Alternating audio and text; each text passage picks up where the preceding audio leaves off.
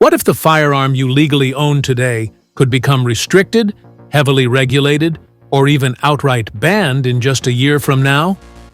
In 2026, lawmakers across multiple countries, and even within different U.S. states, are pushing new regulations that could dramatically change what guns civilians are allowed to own.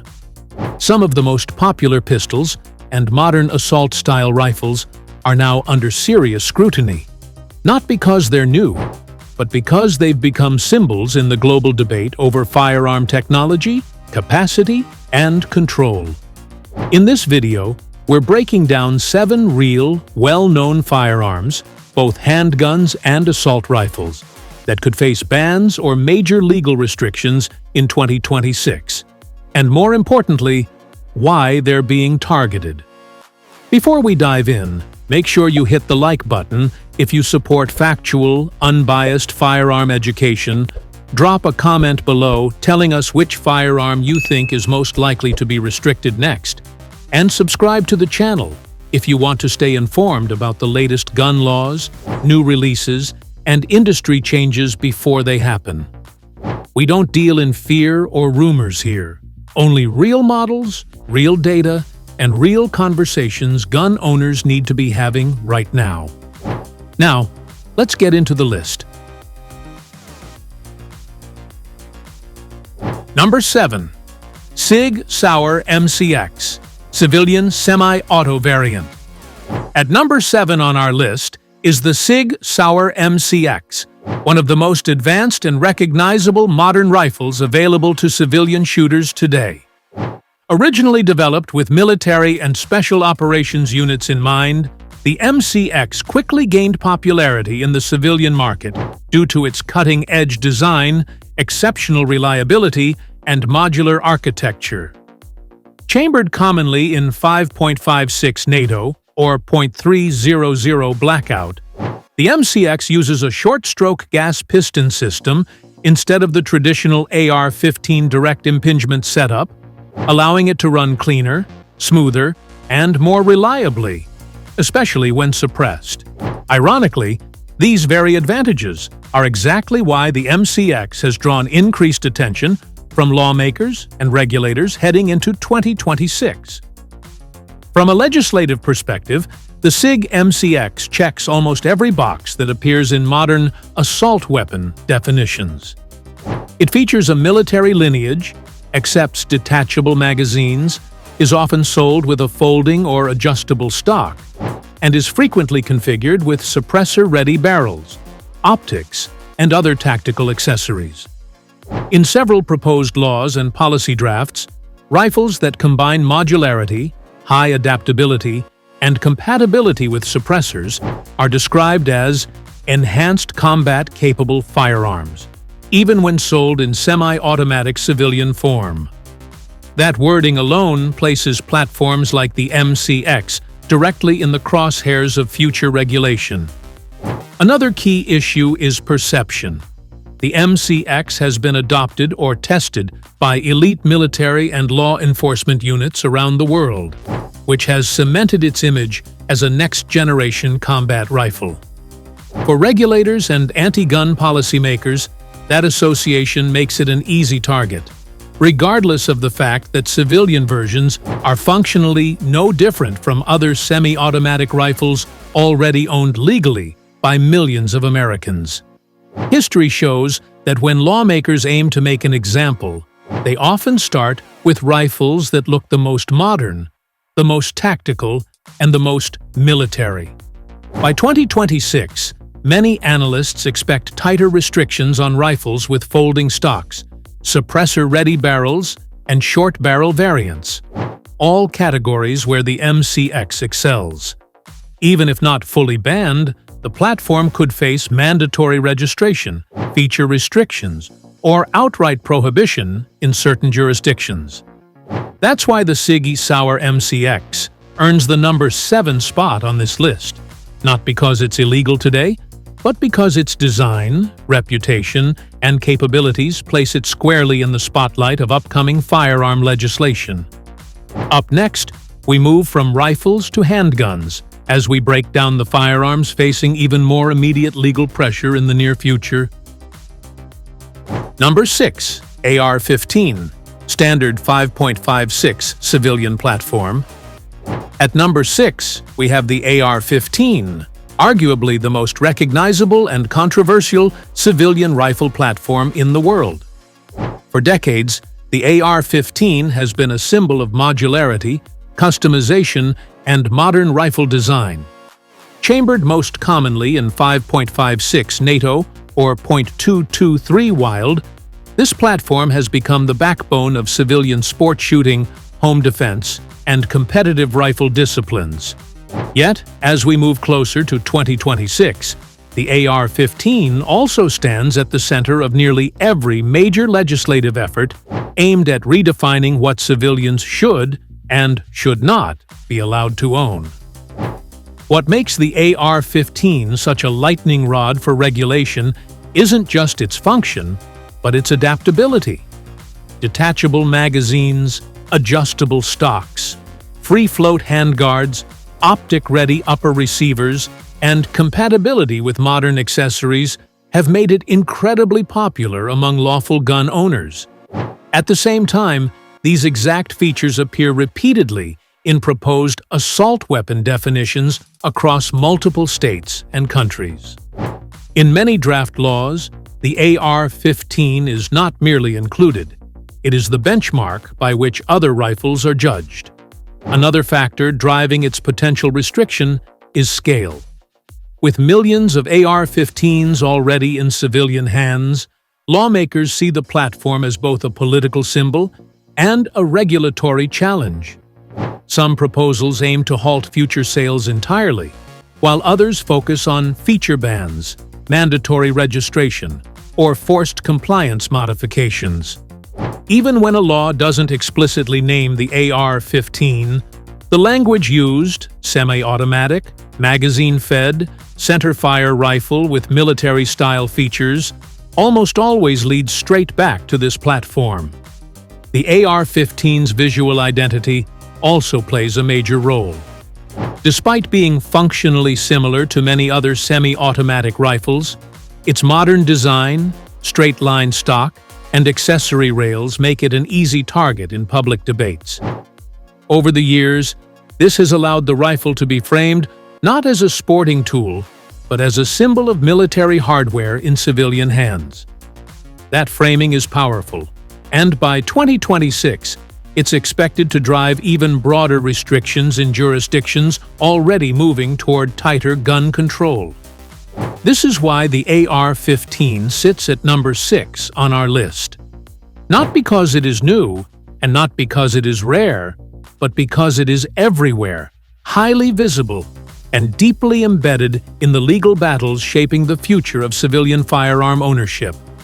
Whether through bans, registrations, or feature-based restrictions, the AR-15 is almost certain to face continued legal pressure as new laws take effect.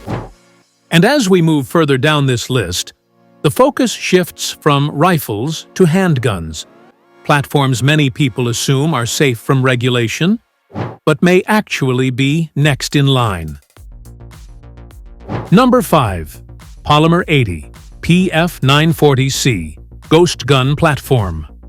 At number 5 on our list is the Polymer 80 PF940C, a handgun platform that has become one of the most controversial firearms of the last decade. At a glance, the PF940C looks like a compact polymer-framed pistol similar to many striker-fired handguns on the market. But what separates it from factory-produced pistols is how it comes into existence. The Polymer 80 PF940C is sold as an unfinished receiver kit, designed to be completed by the user at home.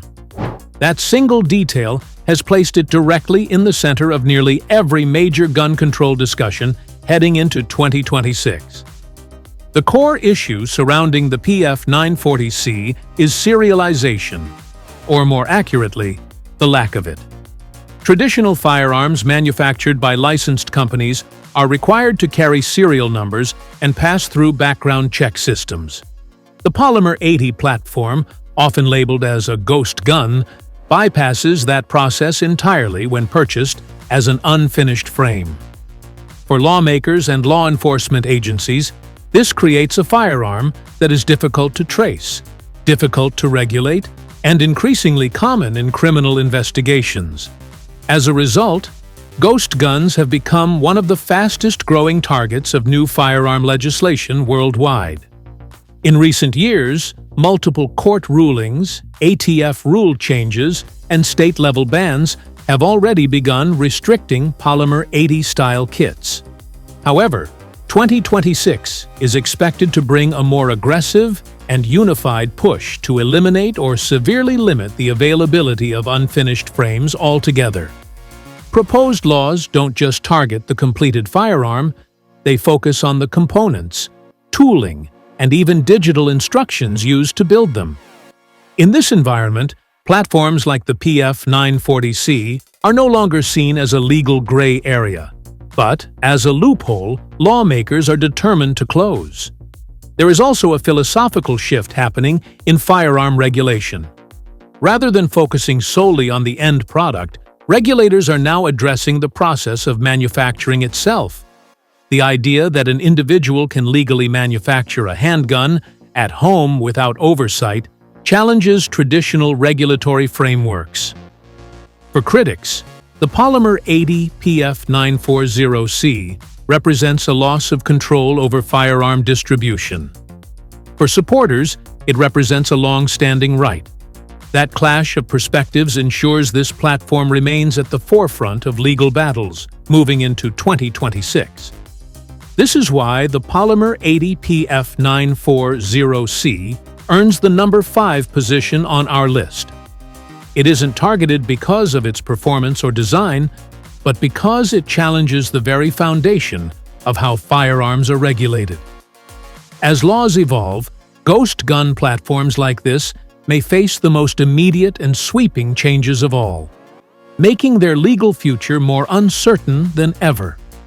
Next, we move into the realm of mainstream factory-produced pistols, firearms that many owners assume are safe from regulation, but may soon prove otherwise.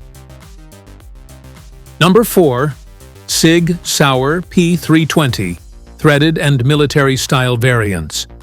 Coming in at number 4 is the Sig Sauer P320, a handgun that perfectly represents the modern evolution of striker-fired pistols and the growing regulatory attention that comes with it. Since its introduction, the P320 has earned a reputation for reliability, accuracy, and modularity, eventually becoming the basis for the U.S. military's M17 and M18 service pistols. That military lineage alone places the P320 in a unique position, but when you look specifically at its threaded barrel and tactical variants, it becomes clear why this platform is increasingly mentioned in conversations about future handgun restrictions heading into 2026. The defining characteristic of the P320 is modularity. Its serialized fire control unit allows the pistol to be reconfigured with different frames, slides, barrel lengths, and calibers. For gun owners, this is a major advantage. One handgun can adapt to multiple roles, from concealed carry to duty use. For lawmakers, however, modularity raises concerns.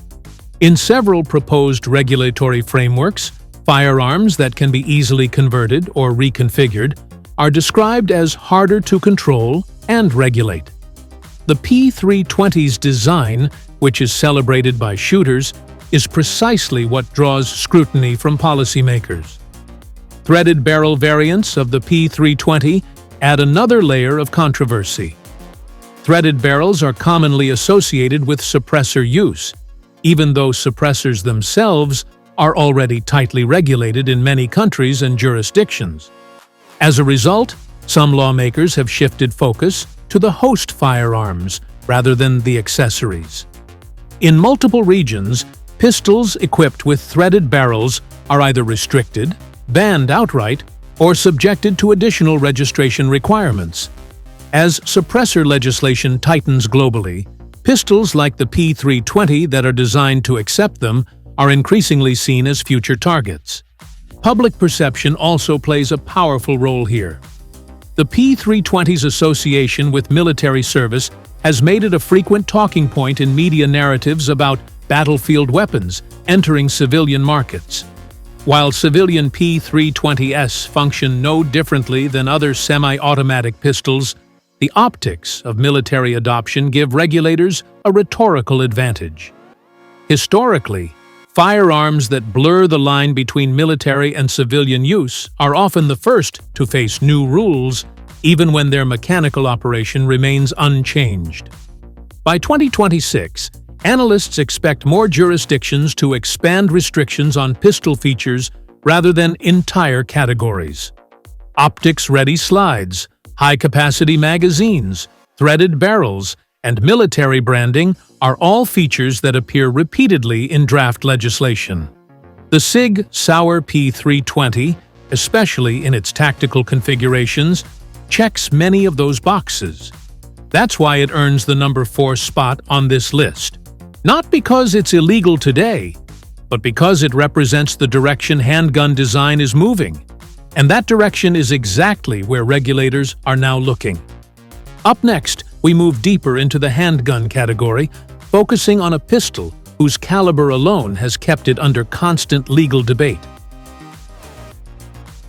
Number 3. FN57 MK3.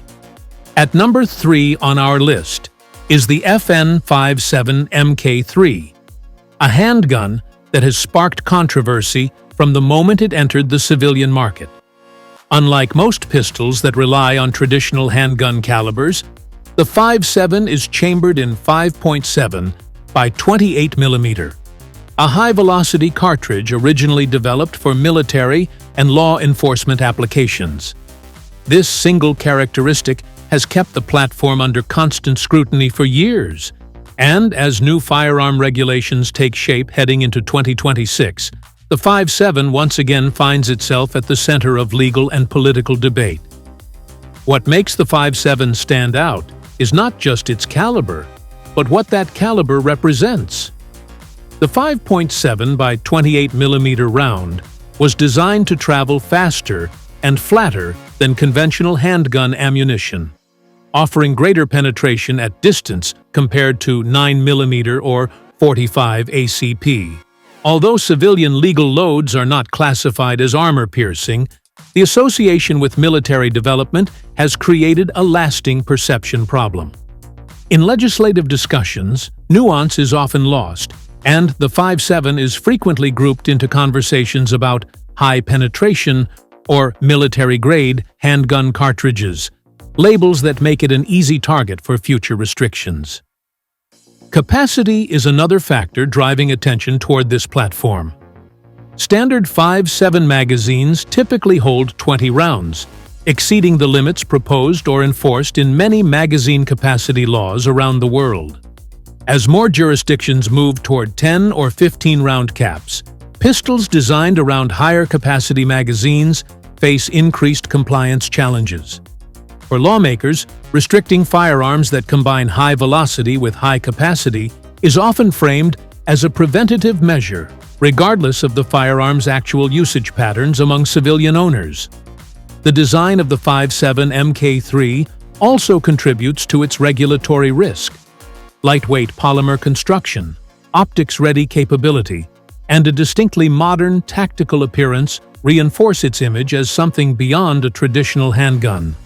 In public discourse, appearance matters.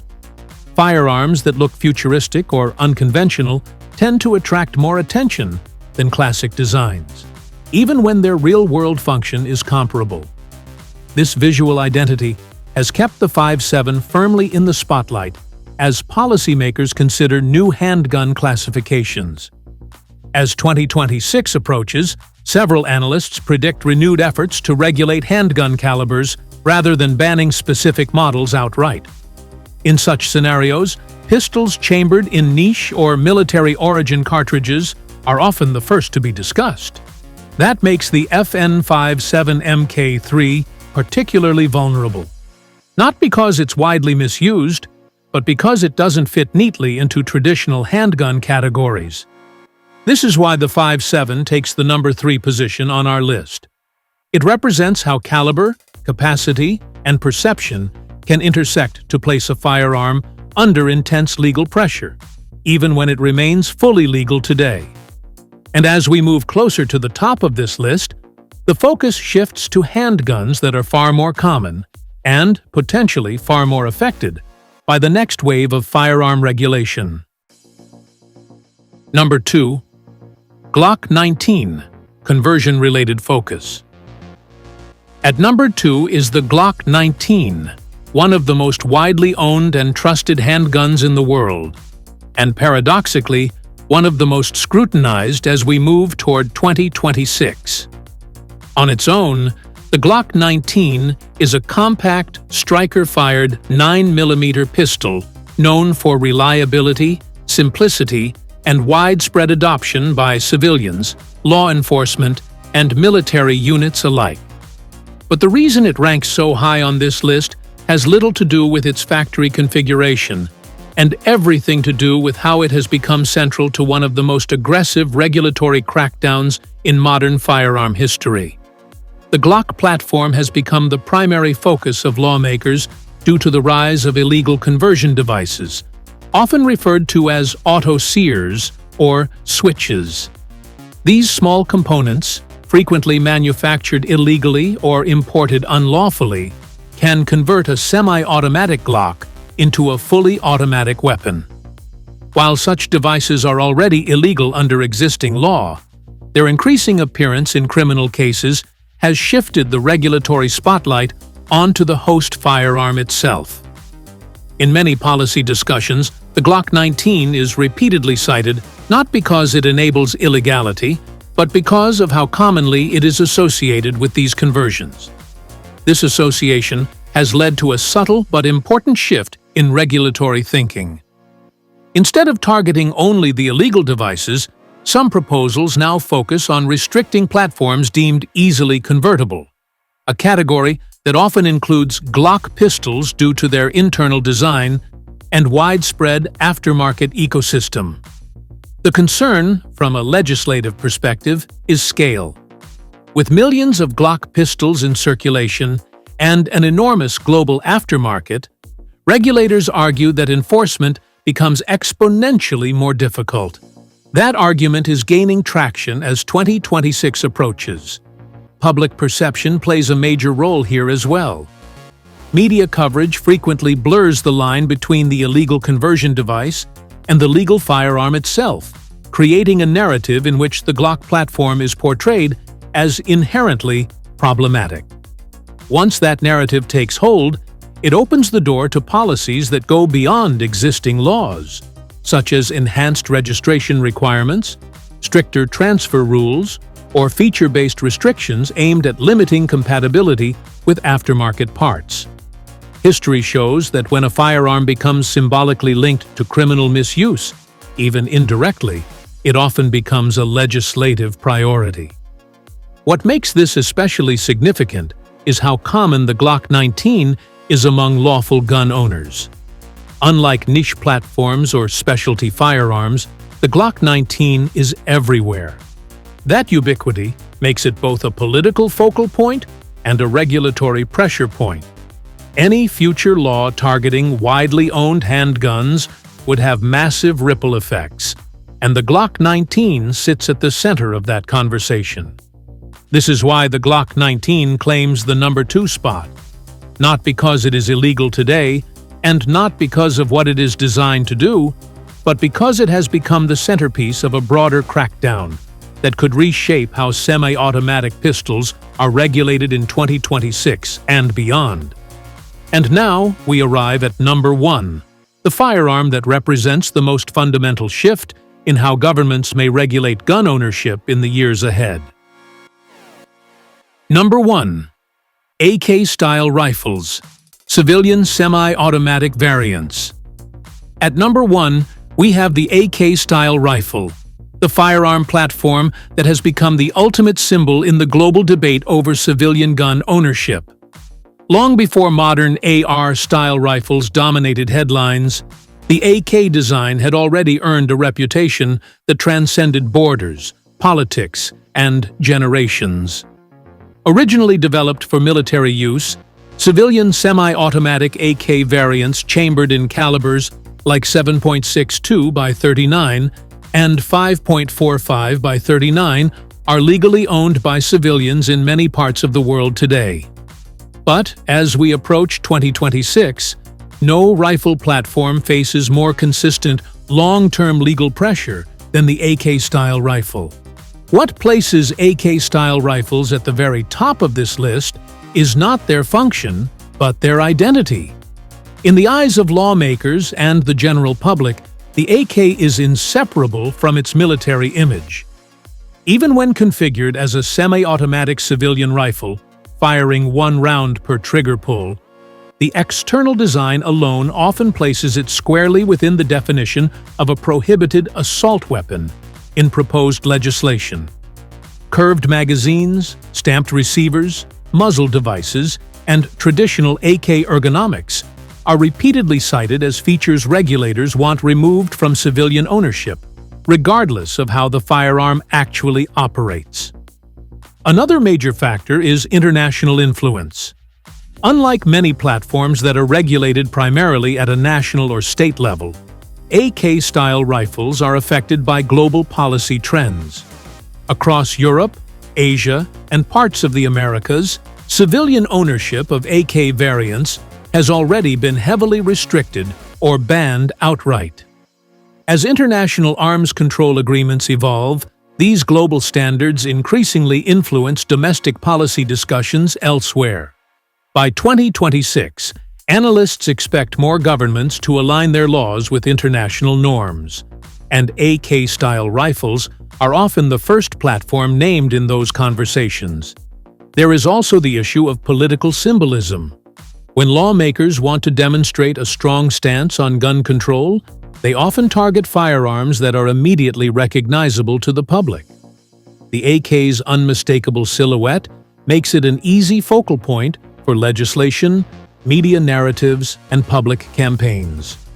History shows that once a firearm becomes a symbol rather than a tool, its legal future becomes far more fragile.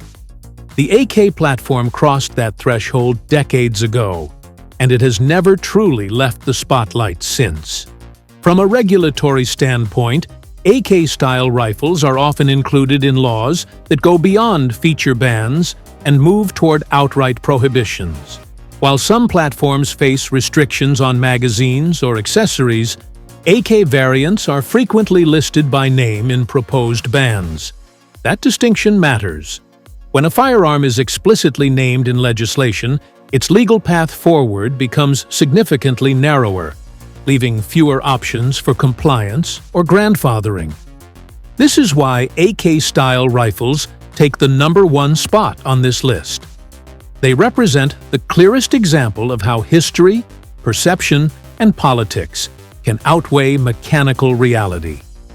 Even in their civilian semi-automatic form, AK variants are consistently viewed as incompatible with the future vision of civilian firearm ownership proposed by many lawmakers. As 2026 approaches, few platforms face a higher risk of sweeping bans or irreversible restrictions. And that brings us to the end of this list, but not the end of the conversation. Because what happens next will depend not just on legislation, but on how informed, engaged, and prepared gun owners choose to be in the years ahead.